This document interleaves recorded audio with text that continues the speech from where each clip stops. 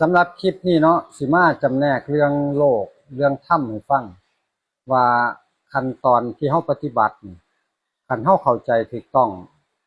แล้วเวลาปฏิบัติมันสิตรงต่อกระแสถ้ำได้เร็วจังซี่นะส่วนที่เป็นโลกก็คืออารมณ์ความรู้สึกใดๆก็ตามหรือว่าทุกข์ใดๆก็ตามที่มันเกิดในใจเนาะครับเนาะที่มันเกิดในใจเฮาแล้วมันมีตัวหนึ่งที่รู้สึกอยากแก้ไขหรือว่ามีตัวหนึ่งที่เดือดร้อนหรือว่าหยังก็ตามที่เกิดความรู้สึกเราอยากหนีอยากแก้ไขหรือว่าอยากเบิ่งอยากดับหรือว่าใดๆทั้งสิ้นที่รู้ความหมายที่รู้จดจำได้จากอารมณ์ความรู้สึกทั้งร่างกายอารมณ์ความรู้สึกทั้งใจมื้อนี้อันนี้เรียกว่าโลกแล้วก็โลกนี่มันสิประกอบด้วยความโน้มถ่วงแรงโน้มถ่วงจากตัณหาของเฮาเห็นบ่อันนี้เรียกว่าโลกบัดที่นี้คันถ้ำน่ะมันจะเบิดจากแรงโน้มถ่วงมันจะเบิดจากแรงโน้มถ่วงที่จะดึงจะลั่งมันจะเกิดอิสระจังซี่นะแล้วกันเกิดอิสระจนถึงที่สุดของมันเองนั่นถ้ำคือทุกข์ก็ได้บัดที่นี่คันเฮาเข้าใจแล้วจังซี่แล้วเฮาสิมาเบิ่งโลกเฮาสิปล่อยโลกได้บัดนี้ปล่อยโลกก็คือเฮาสิมาเบิ่งตัวตัณหาที่จะมันเป็นน่วงโลกหรือว่าต่างๆนานาเมื่อมันเกิดแล้วเฮาสังเกตผู้ที่จะไปดึงโลกน่วงเหนี่ยวโลกเห็นบ่ก็คือตัวตัณหาตัวในสร้างปลูกเรือนจังซี่นะนายช่างปลูกเรือนเฮามาสังเกตความเห็นความคิดความรู้สึกตัวอยู่ภายในตัวตนเฮานี่ว่ามันอยากเฮ็ดจังไดกับทุกข์ให้เข้าใจจังซี่ตอนนี้เฮากำลังเดินทางคันเห็นอยู่นั่นคันเห็นปฏิกิริยาอยู่นั่นเฮากำลังเดินทางแล้วบัดนี้คันมันไฟมันจุดติดอารมณ์ความรู้สึกนี่คือเลื่อนมันบ่เลื่อนคือพบบัดนี้ปฏิบัตินี่เฮาปฏิบัติเพื่อหยังเพื่อเฮาสิมาลื้อพบลื้อเลื่อนเพื่อให้เกิดเป็นเลื่อนว่างหรือเลื่อนเผาใหม่เป็นจุนเป็นธุลีเป็นผงคือยังกองฟืนกองไม้นั่นคันไฟจุดปั๊บมันสิลุกพึบขึ้นคันไฟลุกพึบขึ้นไฟมันสิค่อยๆใหม่ท่อนไม้แดงไม้ซุ่งไม้ย่างไม้เต็งไม้ดูที่มาร่วมเผานำกันนั่นตอนเผาน่ะมันฮู้ความหมายอยู่ว่าไม้นั่นไม้นี่เห็นบ่ตอนเผาพอไฟมันลุกเต็มที่ไหม้จนดำมันแยกบ่ออกแล้วบัดนี้ว่าไหม้ชนิดใดบัดนี้เป็นทานแดงอยู่นั่นตอนมันเป็นทานแดงอยู่เป็นบ่สามารถแยกได้ว่านี่ไหม้นี่ไหม้นี่ไหม้นี่เห็นบ่พอที่นี่จนกว่าไหม้เนี่ยมันพลอยเป็นผงธุลีเป็นเทาตอนเป็นตอนมันเป็นทานดำสมมติว่ามันหมอดมันเป็นทานดำก็ยังแยกแทบสิบ่ออกเห็นบ่ยิ่งมันเป็นเทาไปแห้งแยกบ่ออกแล้วขี้เทาร่วมกันเลยบัดนั่นล่ะอารมณ์ความรู้สึกเข้าคือกันตอนที่มันเกิดมันหูความหมายอยู่นี่มันหูความหมายนี่อันนี้ว่าอารมณ์โลกอารมณ์ทั้งโลกมันเกิดมันจากกระทบต่างๆมันเกิดเข้าถึงต้องปล่อยมันจุดติดแล้วปล่อยมันแต่คนส่วนใหญ่เขาใจผิดต้องไปดับมันก็เลยบ่ถึงที่สุดทุกข์จักเทื่อเข้าใจบ่เข้าใจผิดมันก็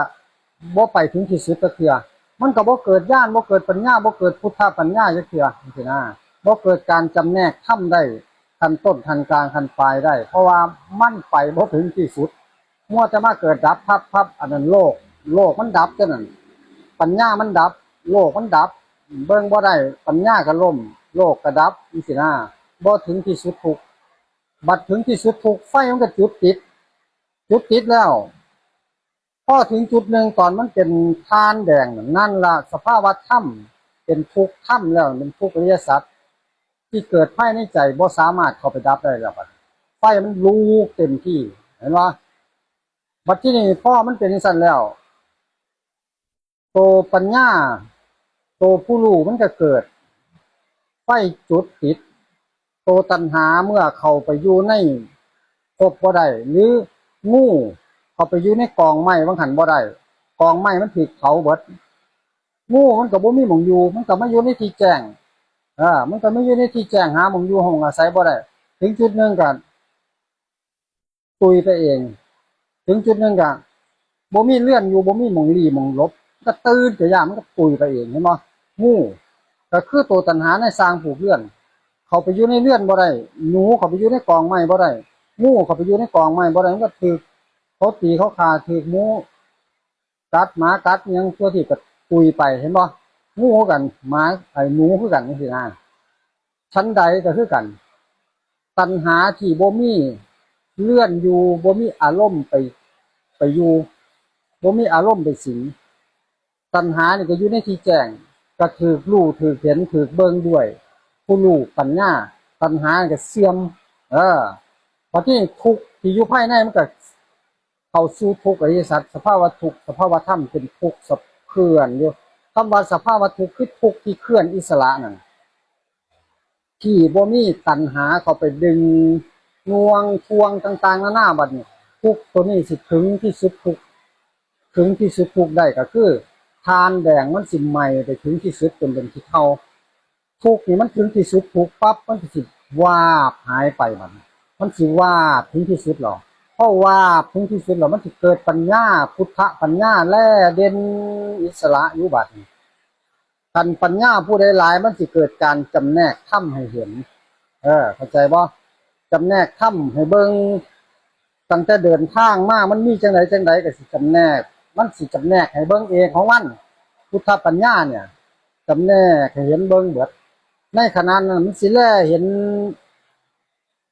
ชัดเจนเลยสินะนั่นล่ะจุดนั่นถึงเรียกว่าที่เป็นปัญญาหรือว่าที่เป็นธรรม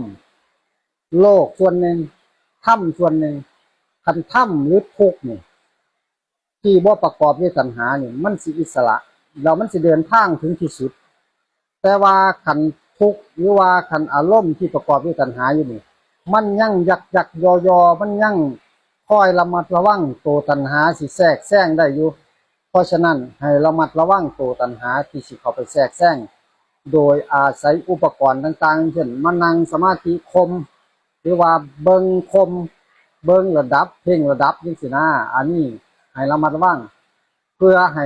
ไฟมันจุดติดได้ต้องระมัดระวังตนระมัดระวังตัวตัณหาที่จะไปดับไฟสำหรับคลิปนี้ก็เพียงแค่นี้ขอทุกท่านจงเจริญในธรรมทุกท่านด้วยครับเด้อ